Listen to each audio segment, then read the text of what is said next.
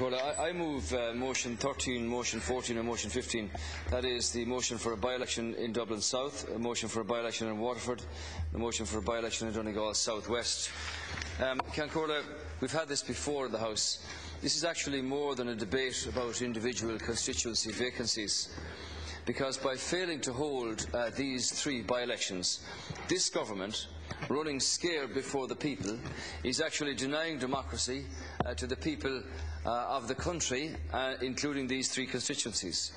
Not just to the 300,000 people who live in Donegal South West or Dublin South or Waterford, but to the entire electorate of the country. It is a double standard that offends the very nature of our Irishness, our republic, our possession of our own democracy. This government relied on that very same democracy to become the executive, and then, having gotten power, they now deny that same democracy to the same people who in some cases would have voted it in. It is the ultimate duplicity by a desperate, terror-stricken, power-mad government who are too scared of their own people to ask their opinion. I have listened now to the Taoiseach and others speaking about the parliamentary majority that they have, about the parliamentary democracy that gives them that majority, and the fact of the matter is, that this government are absolutely scared stiff of the electorate out there in front of them, and they don't want to hold these by-elections, any of them, because they know the result. In fact, the Taoiseach is very fond of saying that he derives his mandate to govern from the Dáil. What he forgets to add is that he only retains that mandate by keeping seats vacant, which is surely the ultimate perversion of democracy. They know over there that if they agree to these by-elections, the people will savage them at the polls, because they're waiting. And they're waiting with anger and apprehension and vengeance. The Constitution, Bunrat na hÉireann, says that Ireland is a sovereign democratic state. Power derives from its people, the people whose right it is to designate the rulers of the state. But what you've got here is an artificial majority. It is not a true majority, it is an artificial majority, because you deny people the right to cast judgment at this point on the affairs and the rulings of government. That same constitution sets out very clear population parameters for Dáil representation. These parameters have now been clearly breached in the cases of both Donegal South West and Waterford. The Constitution says that there is to be a minimum of one deputy for every 30,000 people in Ireland. In County Waterford, with 3 seats out of 4 occupied, there is now one TD for every 35,000 people. It's much the same in Donegal, with 2 seats out of 3 occupied, 1 for every 35,000 people. The vacancy has existed in Donegal now for 15 months.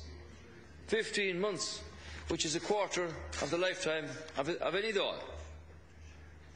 I'm aware that the government is facing a High Court action which is aimed at forcing the government to hold the Donegal South West by-election.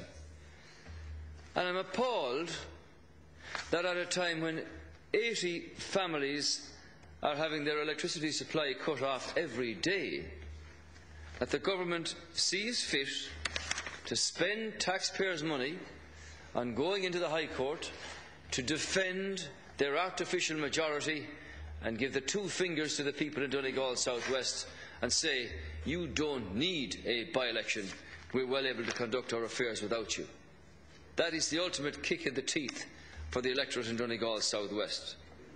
This cost could run up to €500,000 if a Supreme Court decision if a Supreme Court appeal were to follow.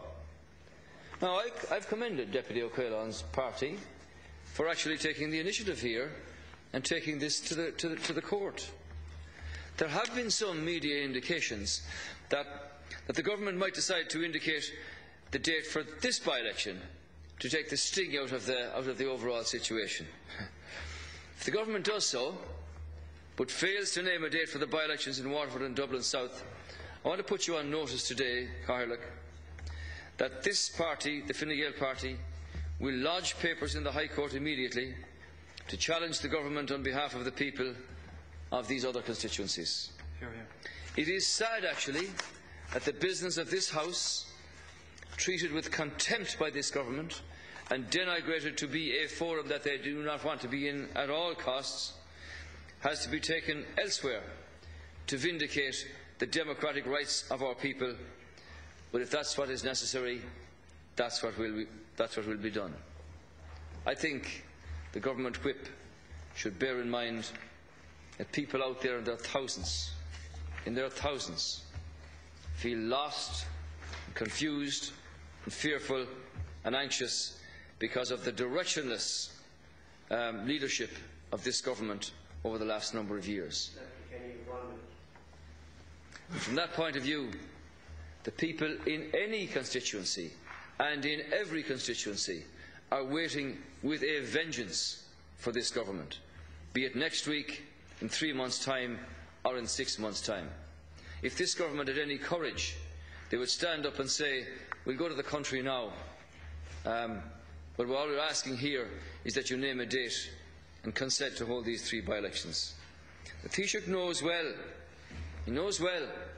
that if he holds these 3 by-elections, it will precipitate a general election, which will rightly put this government out of office for 10 years for the litany of your failures, which have destroyed this country, which have crushed the spirit and the hope of the people, and that's the real reason that you're running away from the voters.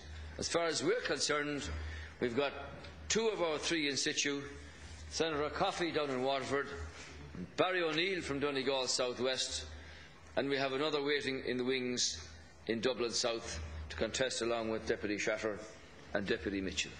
And I put it to the government whip. I know you're under instructions from your cabinet. You have any courage, any gumption, any guts, stand up and say, we'll put it to the test. We'll let the people judge us in Donegal South West, in Dublin South and in Waterford.